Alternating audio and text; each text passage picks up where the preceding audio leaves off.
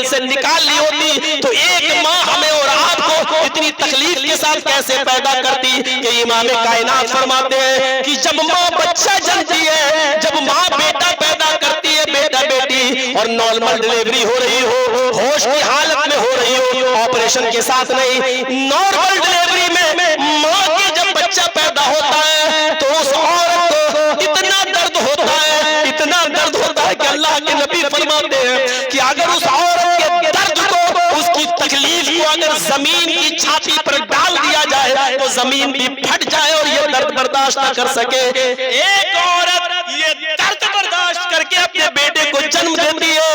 ये मोहब्बत अल्लाह रब्बुल आलमीन की तरफ से पैदा की हुई है कि वो अपनी औलाद की खुशी की खातिर ये दर्द आराम से सहन कर लेती है और बर्दाश्त कर लेती है। ये उसी मोहब्बत का तकाजा है। अगर अल्लाह ने अपनी इस नेमत मोहब्बत को इस दुनिया में ना उतारा होता तो कोई माँ किसी औलाद को नहीं जनती। ये उसी नेमत का तकाजा, उसी नेमत का फल है। जरा सोचिए, एक बच्चा आज पैदा हुआ, मिसाल पर गौर कीजिएगा, एक बच्चा आज पैदा हुआ, माँ आज से उस बच्चे की देखरेख कर रही है। अभी ये नवंबर चल रहा है, दिसंबर आएगा, कुछ बच्चे नवंबर में भी पैदा होंगे, कुछ दिसंबर में भी होंगे, जनवरी में भी होंगे। ये तकलीफ की औलाद का सिलसिला बराबर चलता रहेगा। सोचिए, दिसंबर और जनवरी की सख्त सर्दी में यही बच्चा बिस्तर पर पेशाब कर लेता है। ये क्या है? बच्चा बिस्तर पर पेशाब कर लेता है और पेशाब करने के बाद जब उसको गीलापन महसूस होता तो रोने लगता है। माँ समझ जाती है कि बच्चे के रोने की वजह क्या है। अल्लाह की कसम, माँ से बड़ा कोई डॉक्टर नहीं है। अल्लाह की कसम, माँ से बड़ा कोई डॉक्टर नहीं है। डॉक्टर पेट देखेगा, लीवर देखेगा, दुनिया की तमाम चीजों पे हाथ रख के देखेगा, तब कहेगा और जांच करवाएगा। बच्चा जब रो रहा है तो माँ फौरन समझ जाती है कि ये दर्द की वजह से रो रहा है, या ये भूख की वजह से रो रहा है, या इस बच्चे ने पेशाब करके अपनी जगह को गीला कर दिया उस वजह से रो रहा है। ये माँ है और ये नेमत अल्लाह की उतारी हुई है मोहब्बत, जिसकी वजह से बच्चे की रोने की आवाज से माँ समझ जाती है कि ये बच्चे का रोना किस वजह से है। माँ फौरन अपने बच्चे को रोता हुआ देखती है, उठती है और अपनी खुश्क जगह पर, अपने सूखे जगह पर उस बच्चे को लिटा देती है और उसके बाद उसकी गीली जगह पर खुद लेट जाती है, उसकी भीगी हुई बिस्तर पर खुद लेट जाती है। मुझे बताइए, माँ के दिल में ये मोहब्बत का जज्बा किसने पैदा किया है अपनी औलाद के लिए? आपका जवाब होगा अल्लाह ने। ये मोहब्बत नहीं तो और क्या है। माँ ने छोटा सा बच्चा, माँ आया, छीन रहा कोई चीज, देना, माँ नहीं दे रही, बच्चे ने थप्पड़ मार दिया माँ, अपने नन्हे हाथ से थप्पड़ मारा। बच्चे ने अपनी ताकत के मुताबिक थप्पड़ मारा। माँ ने देखा कि मेरे बच्चे ने मुझे थप्पड़ मारा और माँ ने लिया, उस बच्चे को सीने से लगा लिया।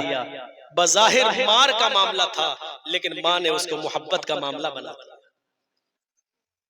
कितनी बेगैरत और नालायक है आज की वो औलाद जो अपनी बीवी की बातों में आकर माँ से कहे, माँ तू नहीं समझेगी, चल क्या हुआ, अरे जा तू क्यों उठ गई, तू नहीं समझेगी क्या है। आज तुम उस माँ से कहते हो कि तू नहीं समझेगी, वो उस वक्त भी तुझे समझती थी जब तू बोलना नहीं जानता था, जब तेरे पास जबान नहीं थी, उस वक्त भी वो तुझे समझती थी। और आज तू इतना बड़ा हो गया है कि अपनी माँ से कहता है जा जा सो जा, तू नहीं समझेगी। ये अल्फाज तुम्हारे मुंह से निकल कैसे जाते हैं। बच्चे ने अपने माँ को थप्पड़ मारा, माँ ने उस बच्चे को फौरन सीने से लगा लिया। आइए मैं तुम्हें एक मिसाल से समझाता हूँ। हमारे पास शीशे के 2 गिलास है, कांच के 2 गिलास है, रखे थे। पानी उठाते वक्त एक गिलास गिर गया और वो चकनाचूर हो गया, टूट गया। एक सही सलामत बचा है। ईमानदारी के साथ बताइए आप किस गिलास की हिफाजत करेंगे, जो टूट गया उसकी या जो सही सलामत बचा है उसकी? हर अक्लमंद इंसान ये कहेगा जो बच गया है उसकी। जो टुकड़े टुकड़े हो गया उसका आप क्या करोगे? इकट्ठा करोगे झाड़ू से एक साथ और उसको बाद डस्टबिन में डाल दोगे, फेंक दोगे। उसकी कोई जरूरत नहीं, क्योंकि वो टूट गया, अब किसी काम का नहीं रहा। हमने अपनी बेटी की शादी की, आपने अपनी बेटी की शादी की, जहेज में बहुत से उसको बर्तन भी दे दिए। आपकी बेटी कांच के बर्तन को संभाल रही थी, अचानक एक गिलास आपकी बेटी से छूट गया और वो जमीन पर गिर गया। एक गिलास बचा। ईमानदारी के साथ बताइए कि आपकी बेटी कौन सी गिलास की हिफाजत करेगी? जो बच गया। अब जो टूट गया वो तो टूट गया, उसको फेंक देगी। जो सही सलामत बचा उसकी हिफाजत करेगी, जो बेकार है उसके कोई काम का नहीं है। लेकिन यहाँ मिसाल उलट जाती है। एक माँ के दो बेटे, एक माँ के दो बेटे हैं, एक 18 साल का है, एक 22 साल का है। 22 साल का बेटा अचानक एक्सीडेंट का शिकार हो जाता है, उसकी रीढ़ की हड्डी टूट जाती है, उसके दोनों हाथ खराब हो जाते हैं, दोनों पैर उसके खराब हो जाते हैं। शादीशुदा नहीं है, वो बिस्तर पे पड़ा हुआ है, लेकिन उससे छोटा 20 साल का बच्चा वो नौकरी कर रहा है, कमा कर लाता है, खिलाता है, अपनी माँ को भी देता है, अपने बीवी को भी पालता है, अपने बच्चे को भी देख रहा है। मेरे भाइयों, एक जो है वो कारामद है, वो अपनी माँ का लाठी का सब, वो अपनी माँ के बुढ़ापे का सहारा है, वो खिलाता है, पिलाता है, वो अपनी माँ की देख रेख भी करता है। और दूसरा बेटा बिस्तर पे पड़ा हुआ है, न वो खिला सकता है, न पिला सकता है, न काम कर सकता है। डॉक्टर ने कह दिया कि जिंदगी भर अब ये बिस्तर पे रहेगा, बस इसकी सेवा करो, इसकी खिदमत करो। ये दूसरे को क्या खिलाएगा? माँ को। ये खुद मोहताज है, माँ इसको खिलाएगी तो खाएगा, माँ इसको पिलाएगी तो पिएगा। मेरे भाइयों, एक बात बताइए, एक बेटा काम आने वाला है और दूसरा बेटा बिल्कुल किसी काम के लायक नहीं रह गया है, वो अपने माँ और अपने बाप के ऊपर बोझ बना बैठा है। ईमानदारी के साथ बताइए, अपने दिल से बताइए, माँ अपने इन दोनों बेटों में से किसकी हिफाजत करेगी? माँ इन दोनों में से किसको चुनेगी? माँ इन दोनों बेटों में से किससे ज्यादा प्यार करेगी और किसकी हिफाजत ज्यादा करेगी? आपका जवाब होगा उस बच्चे की, उस बेटे की जो बिस्तर पर पड़ा हुआ है, वो अपाहिज हो चुका है, वो काम का नहीं रहा है। माँ अपने मेहनत करने वाले बेटे को अपने हाथ से नहीं खिलाएगी। क्यों? बेटा तेरे तो हाथ है, तू खा ले। लेकिन माँ उस बच्चे को जो बिस्तर पे पड़ा है उसके पास जाएगी, अपने पल्लू से उसके पेशानी को साफ करेगी, अपने हाथ से उसका मुंह भी धुलाएगी, अपने हाथ से उसके दांत भी साफ करेगी और अपने हाथ से लुकमा उसके मुंह पर डालेगी।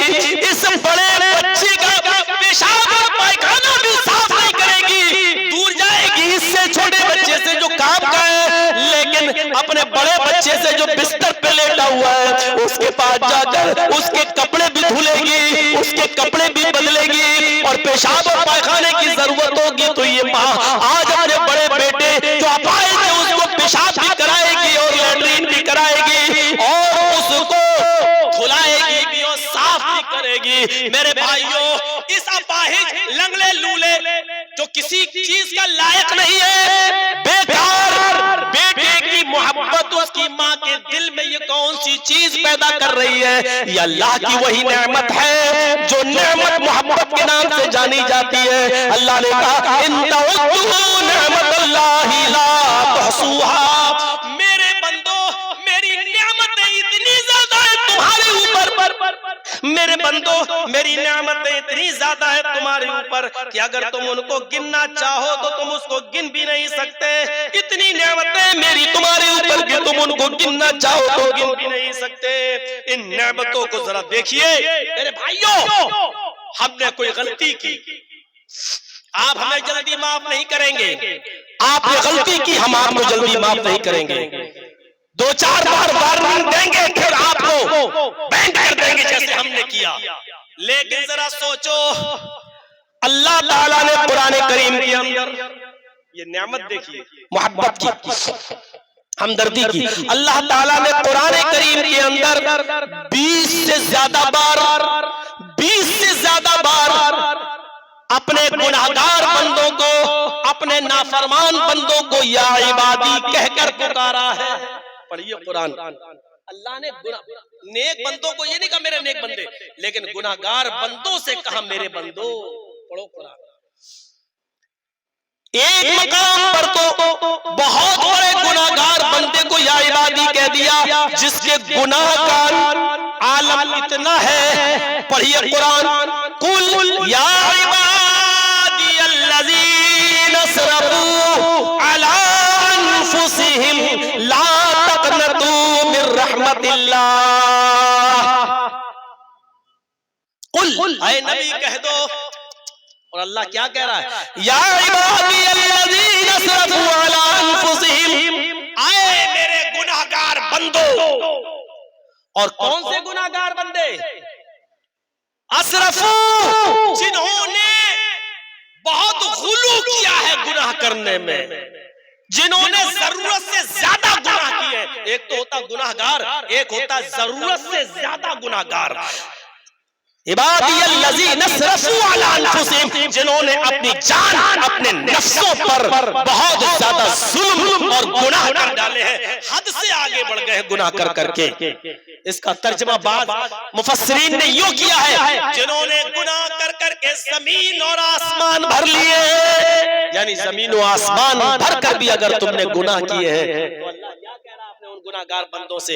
या इबादियल्लज़ीना असरफू अला अनफुसिहिम ला तक़नतू मिर रहमतिल्लाह। आए मेरे गुनाहगार बंदो, तुम अल्लाह की रहमत से ना उम्मीद मत हो जाओ। मेरे गुनाहगार बंदो, तुमने बहुत गुनाह किए, लेकिन मैं तो रहमान हूं और मेरी रहमत भी एक नियामत है। तुम शर्मिंदा तो हो जाओ, तुम नादिम तो हो जाओ, तुम रुजू तो करो, तुम मेरी तरफ पलटो तो सही। मेरी रहमत से क्यों ना उम्मीद हो रहे हो? हम तुम्हें माफ करने के लिए तैयार हैं। अंदाजा लगाइए, 20 से ज्यादा बार अल्लाह ने अपने गुनाहगार बंदों को या इबादी कहकर पुकारा है कुरान में। या इबादी, आए मेरे गुनाहगार बंदो, आए मेरे गुनाहगार बंदो। अल्लाह उनको भी बंदा कह रहा है, आए मेरे गुनाहगार बंदो। कुल या इबादी अल्लज़ीना असरफू अला अनफुसिहिम ला तक़नतू मिर रहमतिल्लाह। आए मेरे गुनाहगार बंदो, अगर तुमने जुल्म और ज्यादती करके गुनाह करके अपने नफ्सों पर जुल्म कर रखा है, जमीन और आसमान भरकर गुनाह कर रखे हैं, तो तुम मेरी रहमत से ना उम्मीद ना हो जाओ। आओ मेरे पास, हम तुम्हें माफ करने के लिए तैयार हैं। ये है अल्लाह रब्बुल आलमीन की रहमत। कितनी बड़ी नेमत है। और जब कोई गुनाहगार बंदा लौटता है, सुनिए, हाय हाय, जब लौटता है और रुजू करता है, तो अल्लाह के नबी ने फरमाया अल्लाह ताला को इतनी खुशी होती है कि उस खुशी को हम बयान नहीं कर सकते। गुनाहगार बंदे की तौबा से अल्लाह खुश होता है। एक मिसाल दी अल्लाह के नबी सल्लल्लाहु अलैहि वसल्लम ने, बुखारी और मुस्लिम के अंदर ये मिसाल देखी जा सकती है। अल्लाह के नबी ने मिसाल दी कि एक शख्स जंगल में गया, सहरा में गया, उसके ऊंट पर उसका जरूरियाती जिंदगी का सामान लदा हुआ है, बहुत सा सामान लेकर जाता है, बहुत सा सामान वो लाद कर ले जाता है, बहुत सा सामान अपने ऊंट के ऊपर, और कहीं थक गया और लेट गया, आंख खुली तो देखता है कि मेरा ऊंट गायब है। आंख खुली तो देखता है कि मेरा ऊंट गायब हो गया है। अब बताइए कि उसकी जरूरियात जिंदगी का सामान उस ऊंट के ऊपर लदा हुआ हो और ऊंट अचानक गायब हो जाए तो उसको कितनी तकलीफ होगी, कितनी तकलीफ होगी। अल्लाह के नबी सल्लल्लाहु अलैहि वसल्लम फरमाते हैं कि वो आदमी ढूंढने लगता है, अपने ऊंट को तलाश करने लगता है। उसके घर का सामान, खाने पीने का सामान, सोना चांदी भी उसी ऊंट पर लदा हुआ है। और अचानक वो ऊंट गायब हो जाता है। कभी वो इस जंगल में जाता है, कभी वो उस जंगल में जाता है, कभी इस पहाड़ के दामन में तलाश करता है, कभी वो उस पहाड़ के दामन में तलाश करता है, कभी इस झाड़ी में देखता है, कभी उस झाड़ी में देखता है। फिर उसको ऊंट नहीं मिलता। वो थका हुआ, थका मारा हुआ आता है और उसी जगह पर जहां से ऊंट गुम हुआ था, उसी जगह पर आकर बैठ जाता है। थका था इसलिए उसको ऊंघ आ गई और लेट गया। जैसे ही लेटा उसको नींद आ गई और जैसे ही नींद आई, थोड़ी देर नींद की आगोश में रहा कि झटपटा के उठा। उठता है तो क्या देखता है, सुबह से शाम तक ऊंट को ढूंढा तो नहीं मिला। अचानक आंख खुली तो देखता है कि ऊंट तो मेरे पेड़ से बंधा हुआ है। जिस दरख्त पर हम सोए हैं साए में, उसी दरख्त से ऊंट बंधा है। झट से उठता है, ऊंट पर लदा हुआ सामान देखता है तो अनाज का एक दाना भी कम नहीं, कपड़े का एक टुकड़ा भी कम नहीं, बर्तन एक भी कम नहीं। जो चीजें वो लेकर गया था वो वही चीजें लदी हैं। जो सामान लेकर गया था वो सामान उसी वक्त उसी पर लदा हुआ है। इतना खुश, बताइए, जिसका ऊंट गायब हो और फिर ना मिलता हो, 12 घंटे तक ना मिला हो, तलाश किया हो ना मिला हो, जंगल जंगल गया ना मिला हो, झाड़ी झाड़ी गया नहीं मिला, और अचानक उसका ऊंट मिल जाए, अचानक उसके पास आ जाए और सारा सामान भी सेफ हो, महफूज हो, तो उसको कितनी खुशी होगी। चाय वाले कहाँ है? लाओ एक हमें भी दे दो भाई, लाओ मैं भी पीता जाऊं, मैं क्यों मुंह तक हूं। बैठ जाइए भाई। हम लगता है आप लोगों को थोड़ा सा शुगर लेवल चेक करा लेना चाहिए डॉक्टर से, ठीक है कि नहीं? अच्छा, अगर हमको संजा लगने लगे तो क्या करूं? मैं भी छोड़ के चला जाऊं? कैसा लगेगा? बस बस धीरे धीरे सुनिए। अचानक वो ऊंट उसके पास आ गया। अब आप बताइए कितनी खुशी होगी उसको। इस आदमी को भी इतनी खुशी हुई। बुखारी शरीफ की हदीस के अल्फाज, इतना खुश हुआ ऊंट पाकर कि उसके मुंह से ये उल्टे जुमले निकल गए मारे खुशी के। अल्लाहुम्मा अंता अब्दी व अना रब्बुक। बुखारी शरीफ की हदीस के अल्फाज, मारे खुशी के वो क्या कह गया? अल्लाहुम्मा अंता अब्दी व अना रब्बुक। आए अल्लाह, वाकई तू मेरा बंदा है और मैं तेरा खुदा। उल्टा बोल गया, खुशी में बोल गया, जानबूझ के नहीं बोला। अल्लाह मुस्कुरा दिया, जबकि गुस्सा आना चाहिए। कमीना, मुझे अपना बंदा कह रहा है। अल्लाहुम्मा अंता अब्दी, अल्लाह तू मेरा बंदा है, व अना रब्बुक, और मैं तेरा रब हूं। गौर करो तो ये जुमले कितने खतरनाक हैं, लेकिन अल्लाह हंस रहा है। फिरौन ने भी अपने आप को रब कहा था। पढ़िए कुरान, अना रब्बुकुमुल आला, मैं तुम्हारा रब हूं। लोगों से कहता था मैं तुम्हारा रब हूं, लेकिन रात में अंधेरे में जब वो अल्लाह की इबादत करता था तो ये कहता था अल्लाह मैं तो दुनिया वालों के सामने अपने आप को बड़ा बनाता हूं, वरना हकीकत में मेरा रब तू ही है। लेकिन अल्लाह ने कहा नहीं, अकेले में नहीं, पूरी दुनिया के सामने अपने आप को मेरा गुलाम मान।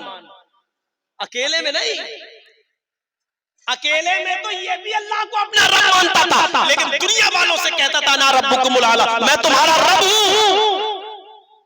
लेकिन अल्लाह ने इसकी सजा क्या दी? डुबो दिया समंदर के अंदर। और जब डूबने लगा तो कहने लगा मन तो बे रब्बे मूसा व हारून, मैं मूसा और हारून के रब पर ईमान लाया। अल्लाह ने कहा अब ईमान तेरा काम का नहीं है, अब तेरे ईमान की जरूरत नहीं है। फिरौन ने भी अपने आप को रब कहा, सिर्फ रब कहा। फिरौन ने भी इतने खतरनाक जुमले नहीं बोले। फिरौन तो लोगों से कहता था मैं तुम्हारा रब हूं, और इस आदमी ने तो मारे खुशी के अल्लाह ही से कह दिया कि मैं तेरा रब हूं। फिरौन लोगों से कहता था मैं तुम्हारा रब हूं, और ये आदमी अल्लाह से कह रहा मैं तेरा रब हूं। तो कौन सा जुमला खतरनाक हुआ?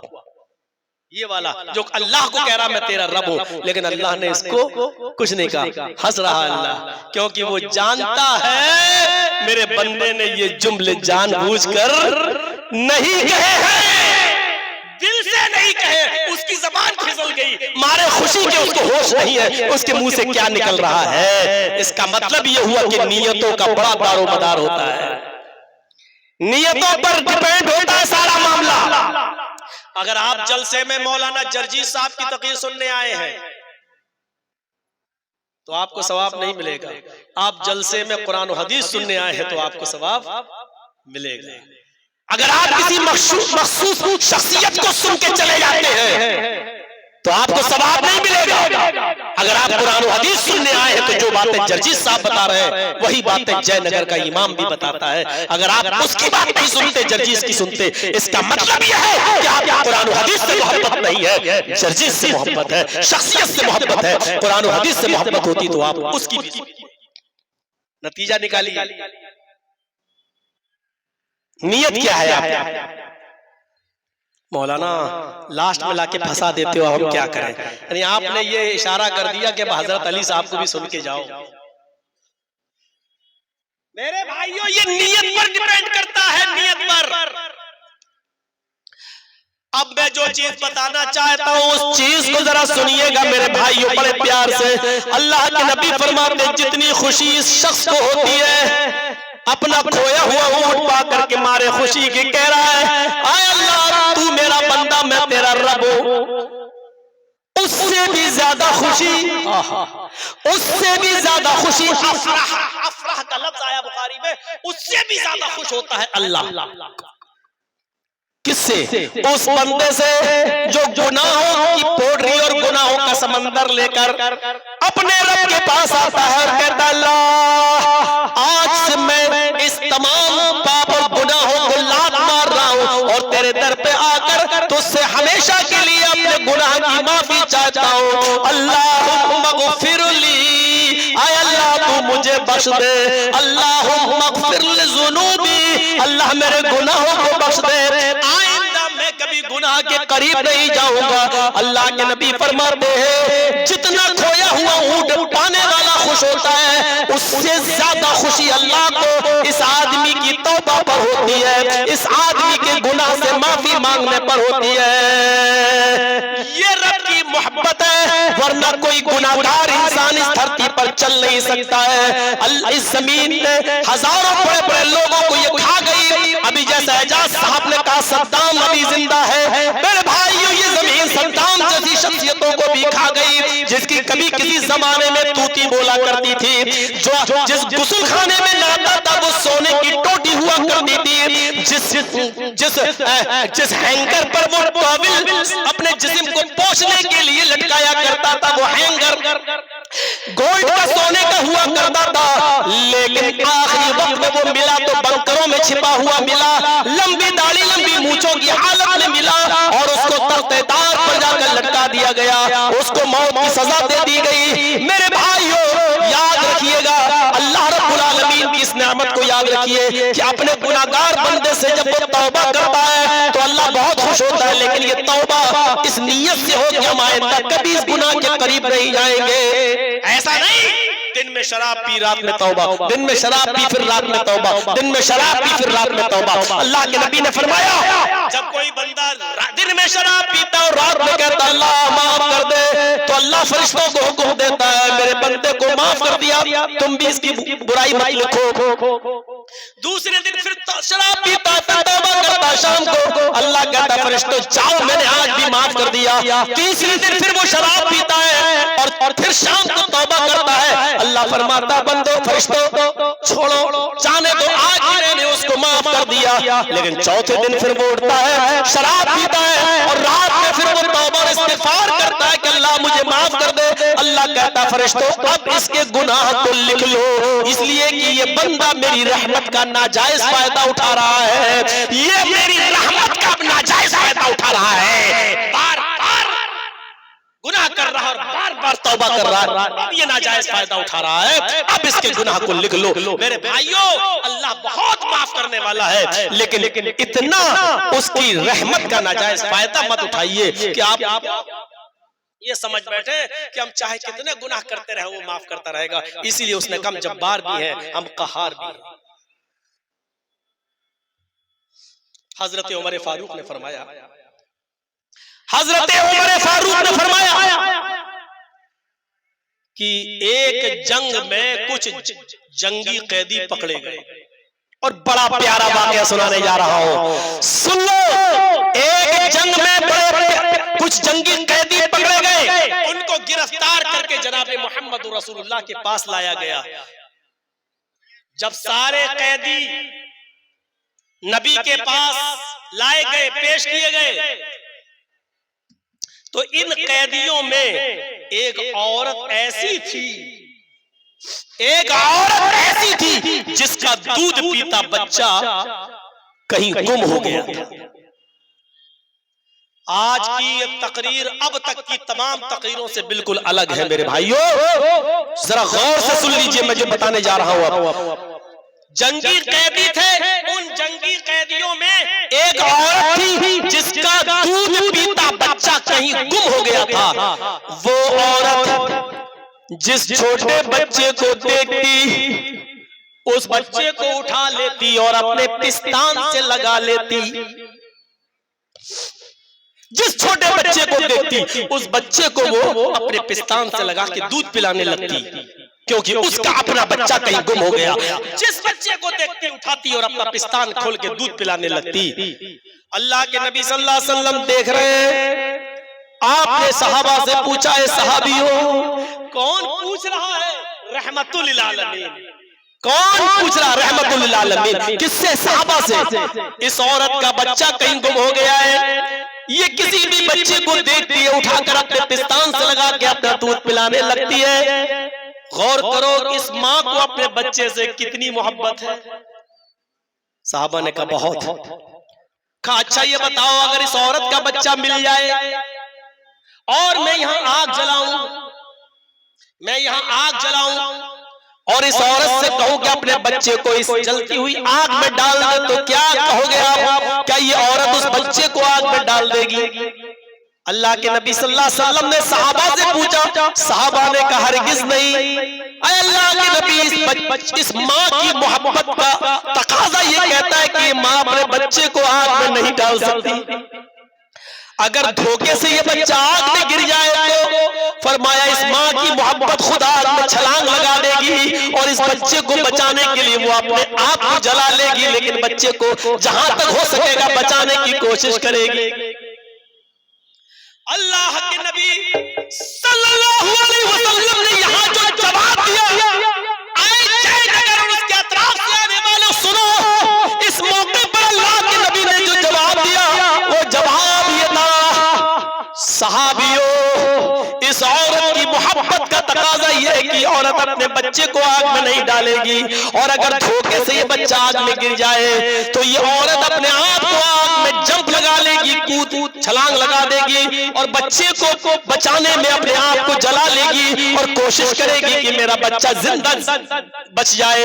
वो औरत की मोहब्बत अपने आप को जलाना का वादा कर लेगी बच्चे को बचाने के लिए। जितनी मोहब्बत इस औरत को इस अपने बच्चे से है, अल्लाहु अरहमु बिइबादिही मिन हाज़िही बिवलदिहा।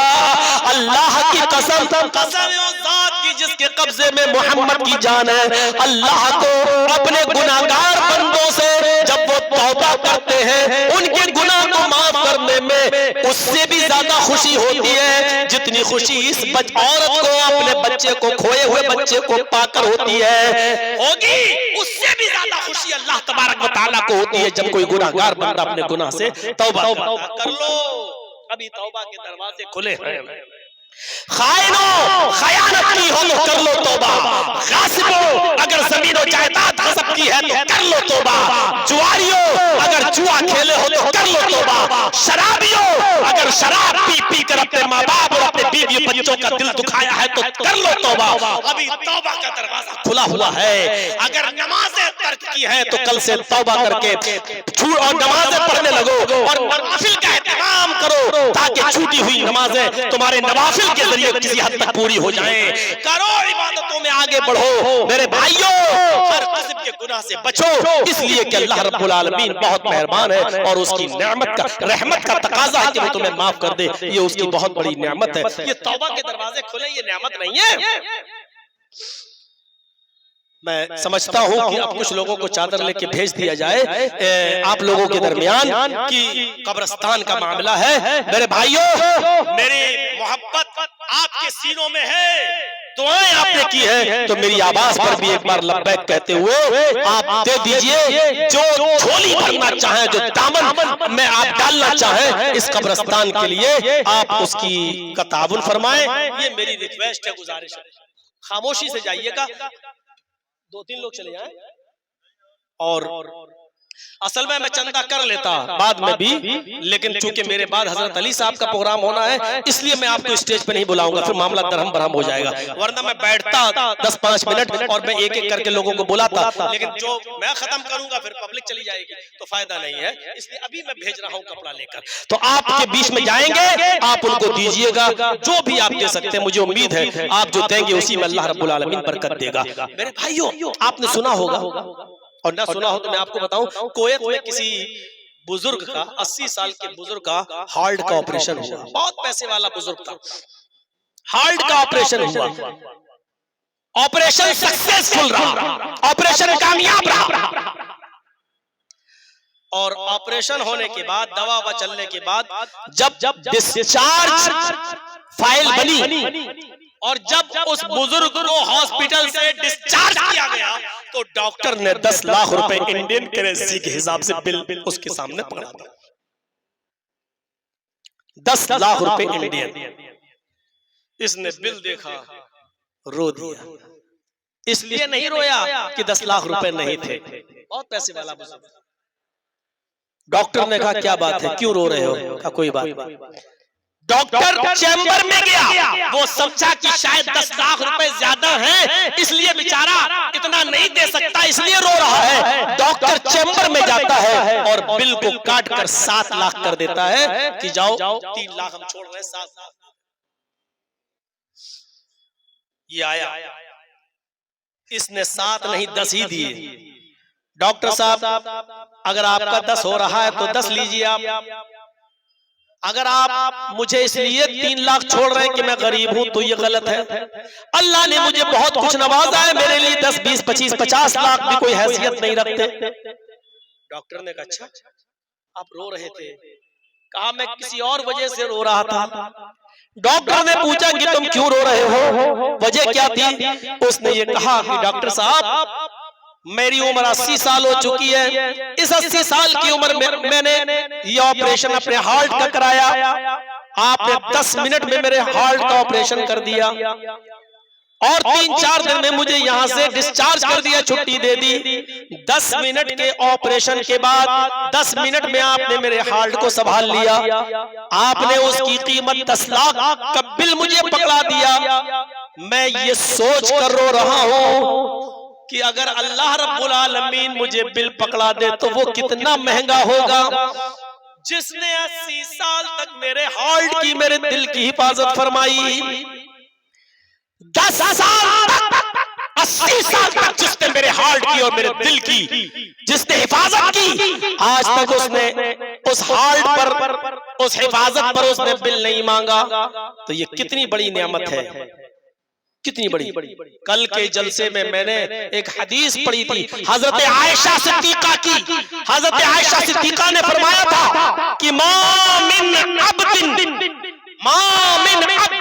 यशरबुल माअल क़राहा बिगैरि अज़न इल्ला वजब शुक्र। अगर कोई शख्स आराम से पानी पी ले, भाई मैंने ये कहा कि कुछ लोग पर चले जाएं, लेकिन इसका ये मतलब नहीं कि आप डिस्टर्ब करेंगे। हमारा वो लोग कर रहे हैं, अपना काम कर लेंगे। एक इधर से चला जाए ताकि जल्दी हो जाए। हाँ जल्दी जल्दी। अब आप इधर देखो, आपके पास आएंगे तो आप दीजिएगा, पहले से निकाल के रखिए मेरे भाई, आप डाल दीजिएगा। अब मेरी बात सुनिए, हजरत आयशा सिद्दीका ने क्या कहा? मामिन अब कितनी बड़ी नियामत है। और उस जमाने के 1400 साल पहले के लोग, जब मेडिकल साइंस ने तरक्की नहीं की थी, तब ये लोग जानते थे इन नियामतों की कदर। कहती अम्मा आयशा, मामिन अब्दिन यशरबुल माअल क़राह, कोई शख्स अगर पानी पी ले और आराम से पानी पी ले, और पानी वो मुंह से पी और पेट तक आराम से चला जाए और उसको कोई तकलीफ ना हो। मा मिन अब्दिन यशरबुल माअल कराहा बिगैर अज़न, और पानी पीने के बाद वो पेशाब बन जाए और आसानी के साथ वो पेशाब के रास्ते से वो पानी निकल जाए, तो ये अल्लाह की बहुत बड़ी नेमत है। वजब शुक्र, तो तुम्हारे ऊपर अल्लाह का शुक्र अदा करना वाजिब हो जाता है। अल्लाह का शुक्र अदा करना वाजिब हो जाता है। आपको जो पानी मिला गट-गट पी गए, इसीलिए इमाम कायनात ने फरमाया जब पानी पियो तो बिस्मिल्लाह कहो, पानी पीकर फारिग हो तो अल्हम्दुलिल्लाह कहो। मेरे भाइयों, पानी आराम से पेट में चला जाए ये बहुत बड़ी नेमत है, और उससे बड़ी नेमत ये है कि जो पिया है वो बिला तकलीफ के अपने रास्ते से निकल जाए। इसलिए फरमाया कि पेशाब से फारिग हो तो गुफराना का पढ़ा करो। अल्लाह की मेरे भाइयों तारीफ और तौसीफ हाल में करो, अल्लाह का शुक्र अदा करना चाहिए। उस डॉक्टर ने जब 10 लाख का बिल दे दिया तो ये आदमी क्या कहता, 10 मिनट आपने मेरे हार्ट को संभाला तो 10 लाख का बिल दे दिया। मेरे रब ने तो 80 साल तक मेरे हार्ट को संभाला, आज तक उसने मुझसे कोई बिल नहीं मांगा। वो कितना बड़ा गफूरुर रहीम है। ये हवा जो हमें और आपको मिल रही है और जिस हवा में हम और आप सांस ले रहे हैं, ये कितनी बड़ी नेमत है, कितनी बड़ी। आप यहाँ बैठे तो ये आपको ऑक्सीजन मिल रहा है। आप यहाँ से जब अपने घर जाएंगे तब भी आपको ऑक्सीजन मिलेगा। आप अपने कमरे में सोएंगे उधर भी आपको ऑक्सीजन मिलेगा। आप समंदर में सफर करें कश्ती और पानी के जहाज में तब भी आपको ऑक्सीजन मिलेगा। आप हवाई जहाज में अगर आप सफर करें तो हवाई जहाज के अंदर भी आपको ऑक्सीजन मिलेगा। कभी आपने सोचा है ये ऑक्सीजन क्या है, कितनी बड़ी ये नियामत है। ये ऑक्सीजन तो वो है कि जब तू एक लोथड़े की शक्ल में अपने माँ के पेट के अंदर था, जहां कोई रास्ता नहीं था, अल्लाह रब्बुल आलमीन रहम की झिल्लियों में, बच्चेदानी की झिल्लियों में जहां तू मौजूद था उधर भी ऑक्सीजन तुझे पहुंचा रहा था और तुझे जिंदगी दे रहा था। ये कितनी बड़ी नेमत है। और गौर कर, जब तू इस दुनिया में आया तो तू अकेला नहीं आया, अपने साथ खाने के लिए मुंह लेकर आया, सोचने के लिए दिमाग लेकर आया, काम करने के लिए हाथ लेकर आया, चलने के लिए तू पैर लेके आया, चखने के लिए जबान लेके आया, सुनने के लिए कान लेके आया। ये सारी चीजें तुम्हारे बाप किसी किराना मर्चेंट की दुकान से खरीद के नहीं लाए थे। ये तमाम नेमतों पर जरा गौर करके देखो मेरे भाइयों, दिमाग तुम्हारे बाप खरीद के नहीं लाए थे तुम्हारे लिए। ये आंखें तुम्हारे बाप ने खरीद कर नहीं किराना मर्चेंट से खरीदी थी आपके लिए। देखने के लिए अल्लाह ने आंख दी थी, सुनने के लिए कान दिए थे, चखने के लिए जबान दी थी, सोचने के लिए दिमाग दिया था, चलने के लिए पैर दिए थे और पकड़ने के लिए हाथ। ये ऑक्सीजन अल्लाह की कितनी बड़ी नेमत है जो अल्लाह ने रहने मातर तक दिया, आज भी दे रहा वो तुम्हें। यहाँ बैठे हो इसी ऑक्सीजन के जरिए। वरना मेरे भाइयों, जब ऑक्सीजन का लेवल कम हो जाता हवा का तो हवाई जहाज पर बैठे हुए पैसेंजरों की धड़कनें बढ़ने लगती हैं और ऑक्सीजन मास्क जो अपने आप नीचे आ जाते हैं। उस वक्त आदमी सोचता अल्लाह कहीं ये ऑक्सीजन का लेवल घट ना जाए। जरा देखिए, कभी कभी मुझे अपने वालिद साहब को जब हॉस्पिटल में लेके जाना पड़ता है कि उनका एक फेफड़ा खराब है और सांस लेने में दिक्कत होती है, तो किस तरीके से हम वेंटिलेटर पर ऑक्सीजन पर रखते हैं। ये ऑक्सीजन जो बिला किसी कीमत के अल्लाह रब्बुल आलमीन हवा की शक्ल में हमें और आपको दे रहा है। मेरे भाइयों, आज हॉस्पिटल में ऑक्सीजन लेके देखिए, वेंटिलेटर में कितनी कीमत उसकी लेते हैं, कितना पैसा लेते हैं। ये अल्लाह की कितनी बड़ी नेमत है जो उसने हमें और आपको दी है। ये आसमान से बरसने वाला पानी हम मामूली समझते हैं। किसी साइंटिस्ट ने, हिंदुस्तानी किसी साइंटिस्ट ने एक मर्तबा तहकीक की तो उसने कहा कि हम समंदर के पानी से भाप बनाकर और उस भाप से मसनूई बदलियां बनाकर हम किसी भी खित्ते में पानी बरसा सकते हैं। मसनूई पानी, मसनूई बदलियां, समंदर के पानी से भाप बनाकर और उस भाप से मसनूई आर्टिफिशियल बदलियां बनाकर उन बदलियों से हम पानी हासिल कर सकते हैं। लेकिन उसके लिए उसने सरकार से कहा था, साइंटिस्ट ने, कि सिर्फ 10 मिनट की बारिश अगर हम मसनूई बदलियों से कर दें, समंदर के पानी से भाप बनाकर उन भाप से बदलियां बनाकर सिर्फ 10 मिनट के लिए पूरे हिंदुस्तान में अगर हम बारिश कर दें तो इसके लिए आपको हिंदुस्तान का 25 साल का पूरे इंडिया की कमाई, आपको पूरे इंडिया की प्रॉफिट आपको देना पड़ेगी। यानी इस 10 मिनट की बारिश में पूरे हिंदुस्तान की 25 साल की कमाई चाहिए। कौन करेगा? सब पीछे हट गए। 10 मिनट हिंदुस्तान पे बारिश कर दे तो हिंदुस्तान 25 साल पीछे चला जाए। हमारा मुल्क 25 साल की कमाई चाहिए हमारे मुल्क को 25 साल। जरा गौर करो ये बारिश कितनी वाफर मिकदार में अल्लाह हमें देता है। यहाँ तक कि उसने 4 महीने बारिश के बिल्कुल अलग मुंतखब कर दिए, मुतय्यन कर दिए हैं। जून, जुलाई, अगस्त और सितंबर ये महीने बारिश के मुतय्यन कर दिए हैं और हिंदुस्तान के मुख्तलिफ हिस्सों में बारिश होती रहती है। ये अल्लाह की बड़ी नेमत है मेरे भाई। और इन तमाम नेमतों के बाद उसने एक नेमत को खुसूसी तौर पे जिक्र करते हुए कहा, वज़कुरू नेमतल्लाहि अलैकुम इज़ कुंतुम अदाअन। अल्लाह की उस नेमत को याद करो जो उसने तुम्हारे ऊपर की है। वो ये की है कि तुम्हें जनाबे मोहम्मद रसूलुल्लाह सल्लल्लाहु अलैहि वसल्लम जैसा नबी दिया है, तुम्हें मोहम्मद रसूलुल्लाह सल्लल्लाहु अलैहि वसल्लम जैसा पैगंबर उसने तुम्हें दिया है। अब हम अंदाजा लगाएं अल्लाह ने कितनी नेमतें दी, किसी पर एहसान ही नहीं जताया। बारिश एहसान नहीं, अपना रहमो करम एहसान नहीं, मोहब्बत एहसान नहीं, आसमान एहसान नहीं, बारिश एहसान नहीं, सूरज एहसान नहीं। अल्लाह ने मोहम्मद रसूलुल्लाह हमें दिया, ये भी एक नेमत है, लेकिन इस नेमत पर एहसान जताया। लक़द मन्नल्लाहु अलल मुअमिनीना इज़ बअसा फ़ीहिम रसूलन। हमने एहसान किया तुम्हारे ऊपर, अल्लाह ने यहाँ एहसान जताया। ये एहसान है हमारा तुम्हारे ऊपर कि हमने तुम्हें जनाबे मोहम्मद रसूलुल्लाह को उम्मती बनाया। यानी रसूल को अल्लाह ने कहा कि हम तुम्हारे लिए आइडियल मॉडल बना रहे हैं, तुम एक अच्छा बाप बनो। और बाप बनने के लिए अच्छा कैसे बनोगे? पढ़ो मोहम्मद रसूलुल्लाह की जिंदगी। मोहम्मद रसूलुल्लाह एक अच्छा बाप बनकर दिखाए, एक अच्छा बेटा बनकर दिखाए, एक अच्छा शौहर बनकर दिखाए, एक अच्छा ताजिर बिजनेसमैन बनकर दिखाए, एक अच्छा हुक्मरान बनकर दिखाए। आप अलगर्ज सब कुछ एक इंसान के अंदर जो चीजें चाहिए होती हैं उन तमाम में अकमल थे मोहम्मद रसूलुल्लाह सल्लल्लाहु अलैहि वसल्लम। ऐसा नहीं आप अच्छे बाप हैं तो अच्छे बेटे नहीं हैं, अच्छे शौहर हैं आप तो अच्छे ताजिर नहीं है। एक इंसान के अंदर एक खूबी होती है और दूसरी नहीं, लेकिन मोहम्मद रसूलुल्लाह को देखो, अगर अच्छे बाप हैं तो इतने अच्छे हैं कि अपने बेटे इब्राहिम के इंतकाल पर कह रहे हैं, इन्नल आयना तदमउ वल क़ल्ब यहज़ुन वला नक़ूलु इल्ला मा यरज़ा रब्बुना इन्ना बिफ़िराक़िका लमहज़ूनून। ऐ मेरे बेटे, 18 महीने की उम्र में इब्राहिम का इंतकाल हो गया। ऐ मेरे बेटे, तेरी जुदाई से तेरा बाप परेशान है, मेरी आंखें आंसू बहा रही हैं। वल क़ल्ब यहज़ुन, और मेरा दिल गमगीन है। वला नक़ूलु इल्ला मा यरज़ा रब्बुना, लेकिन हम ऐसे कोई जुमले अपनी ज़बान से नहीं निकालेंगे जिससे मेरा मौला, मेरा रब नाराज हो जाए। तेरी जुदाई से हम गमगीन हैं। एक अच्छा बेटा बनकर भी दिखाया। आप देखिए कि अपने माँ के लिए दुआ करते रहे, लेकिन अल्लाह ने मना कर दिया।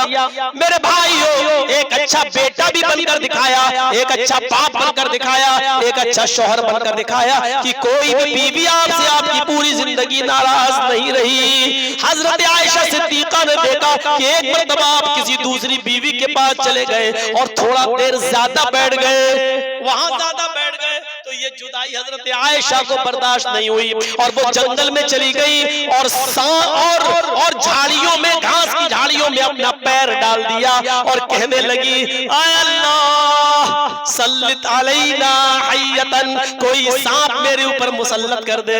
अल्लाह इस झाड़ी के अंदर कोई सांप भेज दे या बिच्छू भेज दे जो मेरे पैर में डस ले, मेरे पैर में काट ले। आय अल्लाह, मुझे सांप का डस लेना और काट लेना मुझे मंजूर है। वो तो तेरे नबी हैं, वो तो तेरे रसूल है, मैं उनको कुछ नहीं कह सकती। यानी अल्लाह, आज मेरे घर में बारी, मेरे पास बैठने का नंबर, लेकिन फला फला बीवी को कुछ ज्यादा टाइम दे दिया।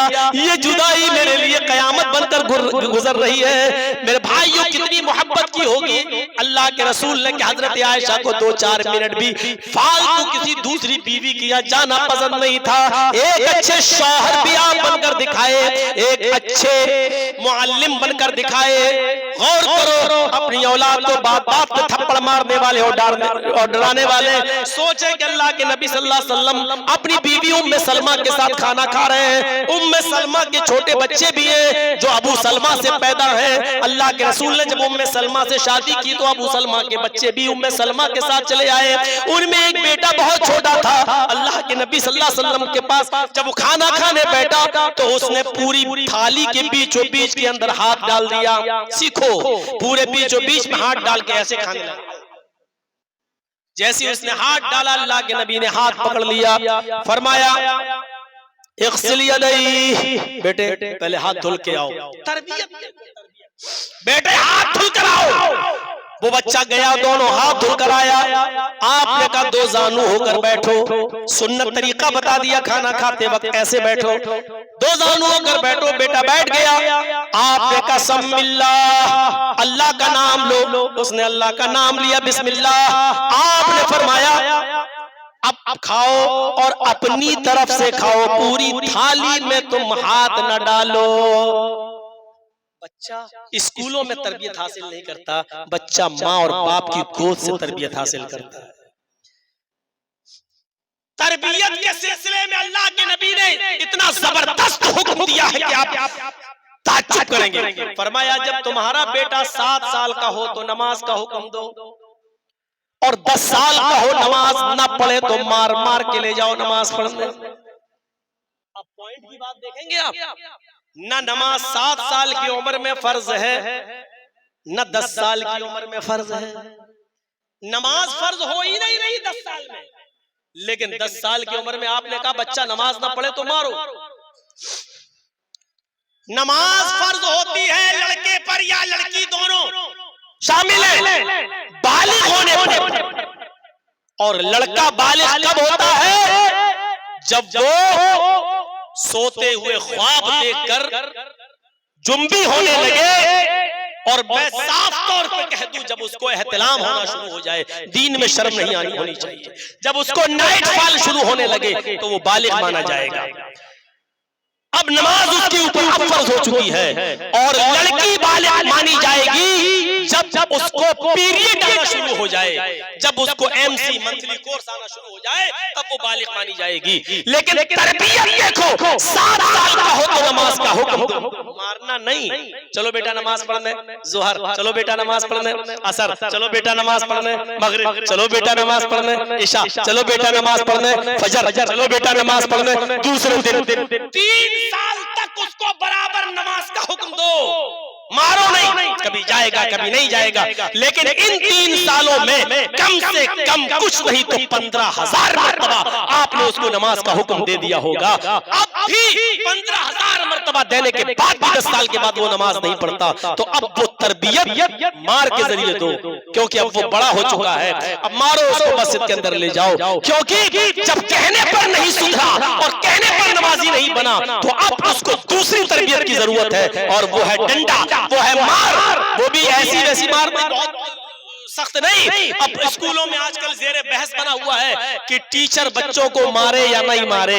इस पर कुछ लोग कहते हैं कि मारना चाहिए, कुछ लोग कहते हैं कि नहीं मारना चाहिए, उससे बच्चे बिगड़ जाते हैं या खौफ का शिकार हो जाते हैं। नबी अकरम की ये तालीम बतला रही है कि बतौर तादीबी कार्रवाई के बच्चों को सजा अगर नहीं देंगे तो फिर वो बच्चे सर पे चढ़ जाएंगे। पहले समझाओ, सिखाओ और अपनी ट्रेनिंग दो, और 3 साल की लंबी मुद्दत तक माओ को चाहिए कि वो 5 वक्त की नमाजें टाइम पर पढ़ें, अव्वल वक्त पे पढ़ें। बच्चा रोए तो उससे कहें बेटा मैं नमाज पढ़ने जा रहा हूं, रुको, तो रोते नहीं, पहले नमाज पढ़े, फिर नमाज पढ़े बच्चे के सामने, क्योंकि अभी वो भी बच्चा है, छोटा है। जब उसको रोता हुआ छोड़ोगे और नमाज पढ़ोगी तो अब से बच्चे के जहन में ये बात जाएगी कि देखिए नमाज कोई मामूली चीज नहीं है, माँ ने मुझे रोता हुआ छोड़ दिया लेकिन नमाज पढ़ने गई। जब ये बच्चा बड़ा होगा तो नमाज की कदर समझेगा कि नमाज कोई मामूली चीज नहीं है। 7 साल का हो तो हुक्म दो, और 10 साल का हो नमाज ना पढ़े तो मारो। ये तरबियत है, और इस तरबियत को हम और आप छोड़े बैठे हैं। अल्लाह के रसूल सल्लल्लाहु अलैहि वसल्लम ने लोगों को अल्लाह की तरफ बुलाया तो पूरी जिंदगी अल्लाह की तरफ बुलाया।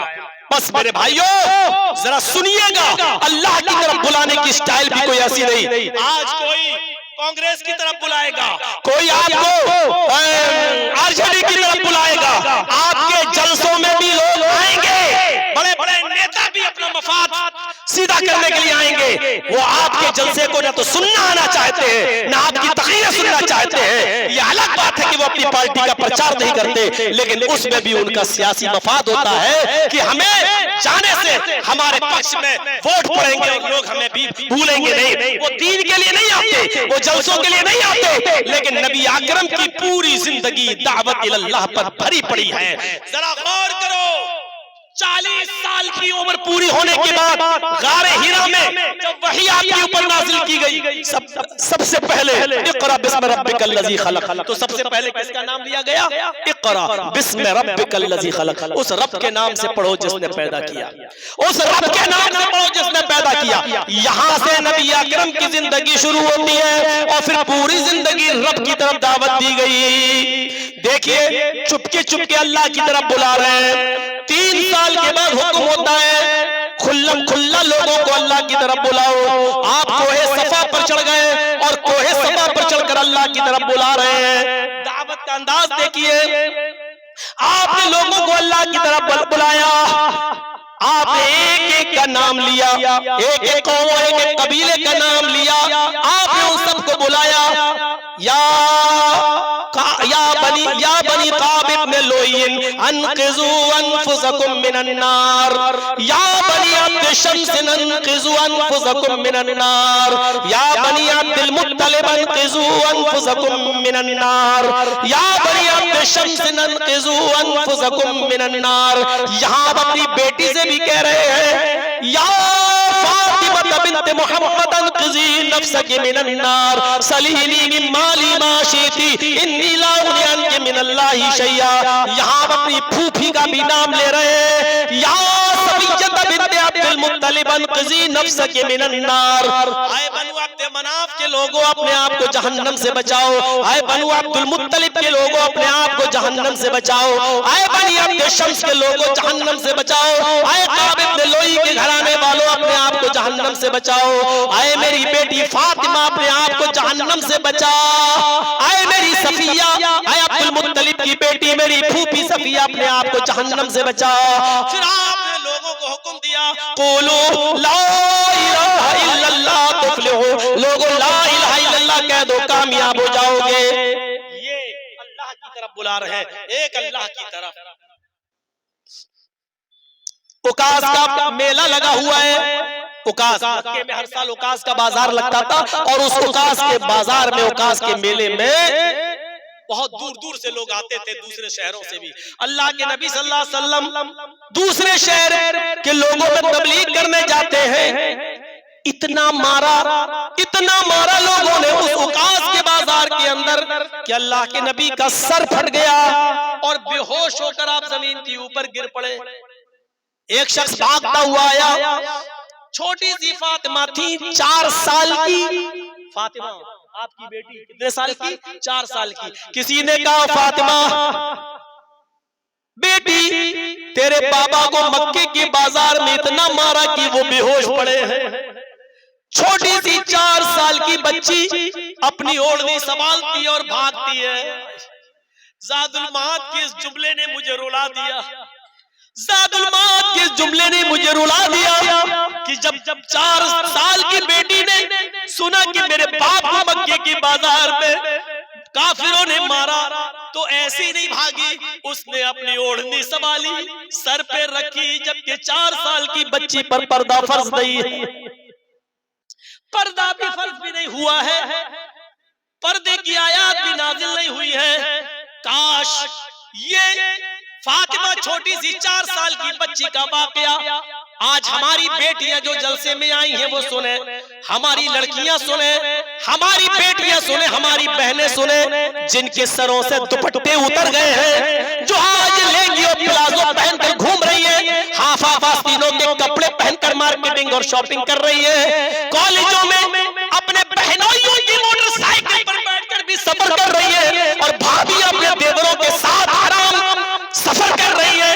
न तो भाभी को देवर मोटरसाइकिल पर बिठा सकता है और न साली को उसका जीजा उसका बहनोई मोटरसाइकिल पे बिठाकर न बाजार ले जा सकता है, न डॉक्टर के यहाँ ले जा सकता है, न स्कूल ले जा सकता है। ये हरामकारी है, ये हरामकारी है, ये हरामकारी है। जिसको मानना हो जिसको न मानना हो तो आजाद हो तुम अपने कर्मों पर, अपने करतूतों पर। मेरे प्यारे साथियों, न भाभी देवर के साथ जा सकती है और न ही साली अपने जीजा के साथ जा सकती है।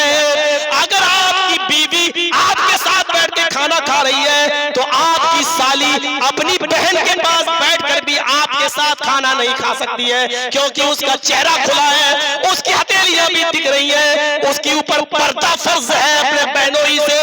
मेरे भाइयों, इसी तरीके से भाभी भी अपने शौहर के सामने भी अपने देवर के साथ खाना नहीं खा सकती। ये शरीयत के उसूल है, जिसको मानना हो माने और नहीं मानता है तो शरीयत पर कोई फर्क नहीं पड़ता है। शरीयत शरीयत रहेगी, इस्लाम इस्लाम रहेगा। किसी के मानने और न मानने से इस्लाम पर कोई फर्क नहीं पड़ेगा। मौलवी जर्जीस की बात तो बदल सकती है लेकिन शरीयत नहीं बदल सकती है। मेरे भाइयों, उस छोटी सी बच्ची ने अपनी ओढ़नी संभाली और भागते हुए उकास के बाजार में जाती है। इस 4 साल की बच्ची का ओढ़नी अपने सर पे रखना गोया कि अपने नन्हे मुन्ने हाथों से आज की औरतें और आज की जवान लड़कियों के चेहरे पर थप्पड़ मारना है। जो टिकटॉक पर डांस कर रही है, जो वीडियो क्लिपें बना रही है, जो हरामकारी के साथ डांस करती हुई नजर आ रही है और लिपस्टिक लगा लगा कर अपनी वीडियो अपलोड कर रही है। ये हजरत फातिमा 4 साल की बच्ची का छोटा सा हाथ इनके गाल पर पड़ रहा है। इसकी तकलीफ का एहसास कयामत के दिन उसको होगा, अभी नहीं होगा। उस 4 साल की बच्ची ने भागते हुए उकास के मेले में, उकास के बाजार में जाती है और अपने बाप के हाथों से, अपने हाथों से अपने बाप का चेहरा साफ करती है। फिर अपनी ओढ़नी से अपना दामन, ओढ़नी से को अपने हाथों से फाड़ती है और अपने बाप के खून को साफ करती जाती है। ये 4 साल की बच्ची अपने बाप के खून को साफ कर रही है तो कहती जाती है, ओ मक्के वालों, तुमने मेरे उस बाप को मारा, मक्के वालों, तुमने मेरे उस बाबा को मारा है जिसने आज तक अपनी पूरी जिंदगी में कभी झूठ नहीं बोला। ये 4 साल की बच्ची को कौन सिखला रहा है? आए लो मक्के वालों, तुमने मेरे उस बाप को मारा है जिसने जिंदगी में कभी झूठ नहीं बोला। मेरे मक्के वालों, उस बाप को तुमने मारा है और बेहोश किया है जिसने आज तक किसी की अमानत में खयानत नहीं की। आए मक्के वालों, तुमने मेरे उस बाप को मारा है जिसने आज तक किसी का दिल नहीं दुखाया। बेटी फातिमा जब रोती जा रही थी तो आंसू उसकी आंखों से गिरते जा रहे थे और 2-4 आंसू टपक कर मोहम्मद रसूलुल्लाह के गाल पर गिर गए। नबी अकरम की आंखें खुल गई। आपने अपनी बेटी फातिमा को अपने पास बैठा हुआ देखा तो अपनी लख्त जिगर को अपने सीने से चिपकाया और कहा, मक्के वालों, जो हमारी 4 साल की बच्ची के आंखों में आंसू लाए वो कौम कैसे खुश रह सकती है? वो कौम कैसे खुश रह सकती है जिसकी वजह से मेरी छोटी सी बच्ची की आंखों में आंसू आ गए? जिसने फातिमा को सताया उसने मोहम्मद को सताया, जिसने फातिमा को रुलाया उसने मोहम्मद रसूलुल्लाह को रुलाया। मेरे भाइयों, इस 4 साल की बच्ची का ओढ़नी संभालना और अपने बाप की खिदमत करना, ये ताज्जुब की बात है मेरे भाइयों। और फिर उसी मौके पर आपने कहा, आए लोगों, ये पत्थर तुमने मुझे इसलिए मारा क्योंकि मैंने तुमसे ये कहा एक अल्लाह की इबादत करो। एक अल्लाह की तरफ बुलाते हुए पत्थर खा रहे हैं। कुछ लोग आ गए तबलीग के लिए, आप उनके पास बैठ गए, समझाने लगे। इतने में हजरत ज़ैनब ने किसी को भेजा कि आपकी नवासी यानी मेरी बेटी बीमार है, आप आ जाइए। अल्लाह के नबी ने उस खबर लाने वाले से कहा, तुम जाओ, अभी कुछ लोग आए हुए हैं इधर उधर से, पहले मैं इनको समझा दूं, बाद में आऊंगा। अल्लाह ने बीमार किया, अल्लाह शिफा देगा तुम्हारी बेटी को, जाओ। ये चला गया कासिद। थोड़ी देर के बाद ज़ैनब ने उससे कहा, जाओ और मेरे बाप से कहना तुम्हें अल्लाह का वास्ता, तुम्हारी बेटी ने अल्लाह की कसम दी है, जिस हाल में बैठे उसी हाल में चले जाओ। मेरी बेटी, उनकी नवासी की तबीयत ठीक नहीं है, जल्दी बुलाओ। कासिद आया और कासिद ने कहा, अल्लाह के रसूल, आपकी बेटी ने आपको अल्लाह का वास्ता दिया है। आप समझ गए कि मामला कुछ गंभीर है। आपने उन लोगों से मुआज़रत कि बैठो, मैं जा रहा हूँ, जरा बेटी ने अल्लाह का वास्ता दिया, देखे क्या बात है। तब आप ज़ैनब के घर जाते हैं, दस्तक देते हैं, दरवाजा खोला गया, कमरे में गांव की मोहल्ले की कुछ औरतें बैठी हैं और ज़ैनब की बेटी सांसें ले रही है, आखिरी सांसें। सारी औरतें रो रही हैं, ज़ैनब की आंखों में आंसू। ये मंजर देखकर मोहम्मद रसूलुल्लाह की आंखों में आंसू। ज़ैनब ने जब अल्लाह के नबी को, अपने बाप को देखा तो फौरन वो बेटी उठाई और बढ़ा दिया। अब्बू यानी पकड़िए, आप तो अल्लाह के नबी हैं, दम कीजिए, दुआ कीजिए। मोहम्मद रसूलुल्लाह ने अपने दोनों हाथ फैला दिए और अपनी नवासी को ज़ैनब की गोद से अपनी गोद में ले लिया। अब मंजर देखिए, थोड़ी देर के लिए चाय पी रहे हो तो छोड़ दो, थोड़ी देर के लिए खड़े हो तो बैठ जाओ।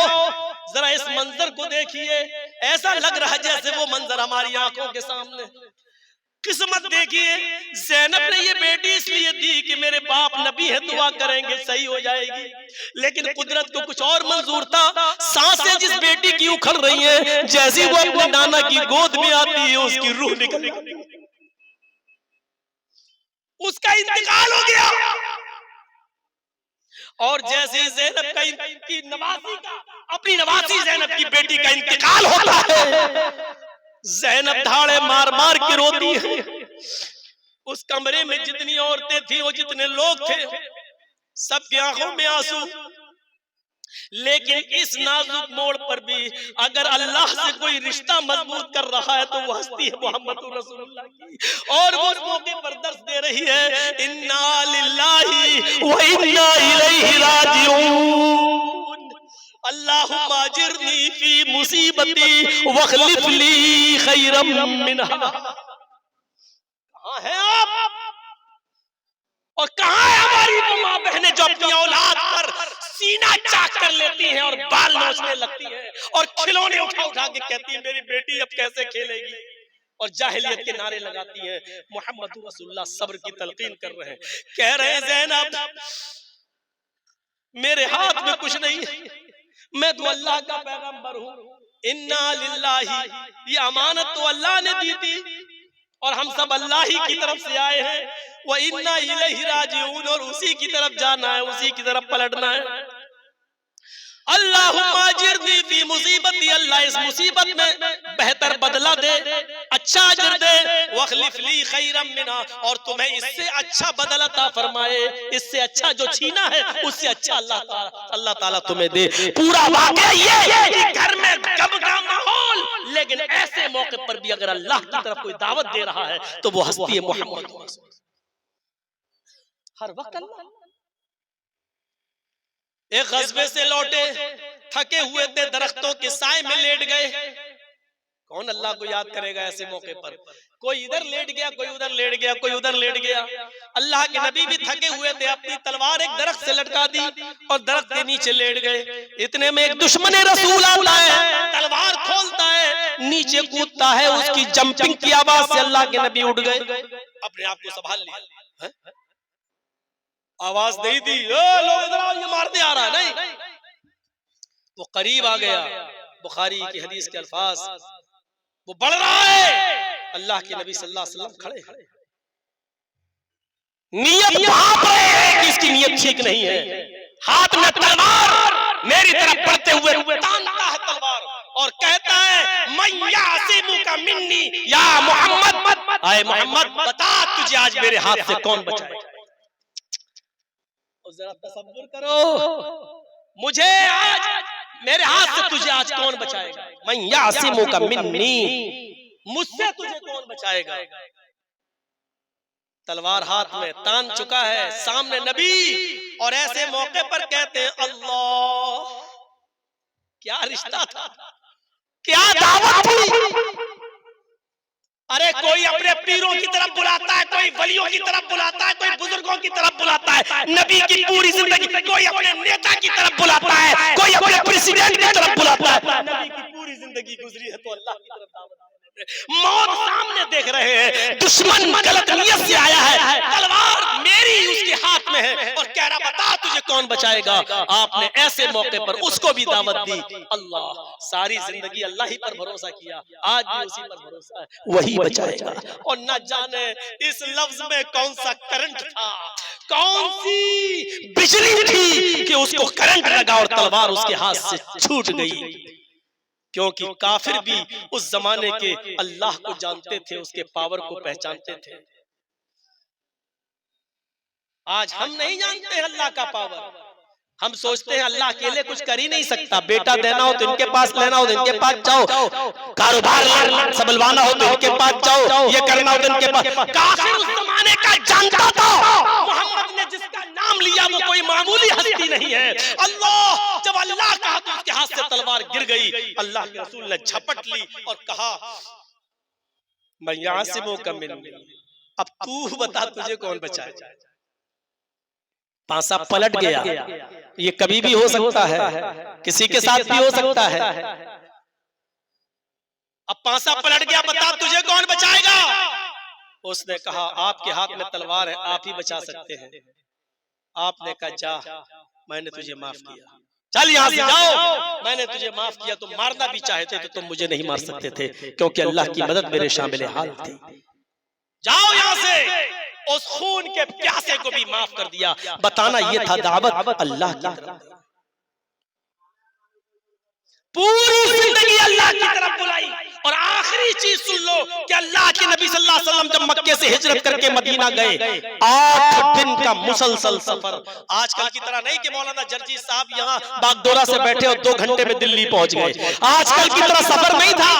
दावत और तबलीग परेशानियों से की तो उसकी अहमियत वही लोग जानते थे।